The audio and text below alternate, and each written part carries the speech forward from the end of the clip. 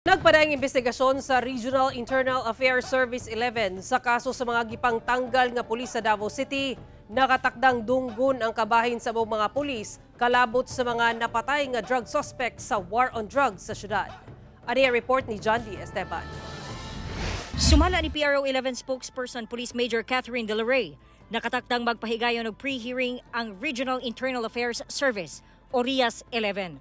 Kalabot sa giparanggal nga 35 ka mga pulis sa Davao City nga nalambigit sa pagkamatay sa 7 ka drug suspect ato sa buy-bust operation human sa War on Drugs Declaration ni Mayor Baste Duterte. As of the moment, scheduled na, wala lang nihatag si Rias of exact date, ang pre-hearing conference for the case. So, ang mga PNP personnel na po karon to na-relieve, nag-prepare po sila. Sa maong conference, mupresenta ang mga pulis sa ilahang counter affidavit ug mga ebidensya aron pamatud ang lehitimo ang ilahang gihimong operasyon.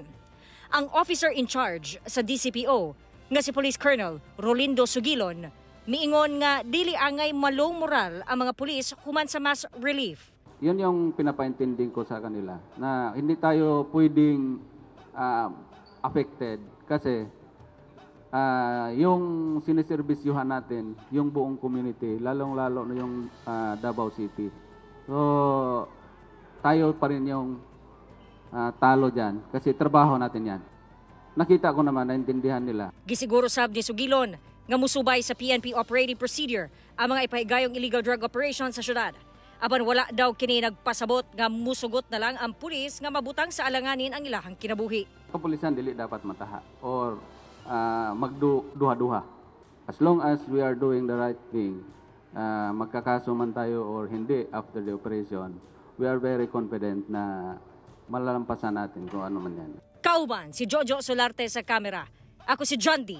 Esteban para sa One Mindanao.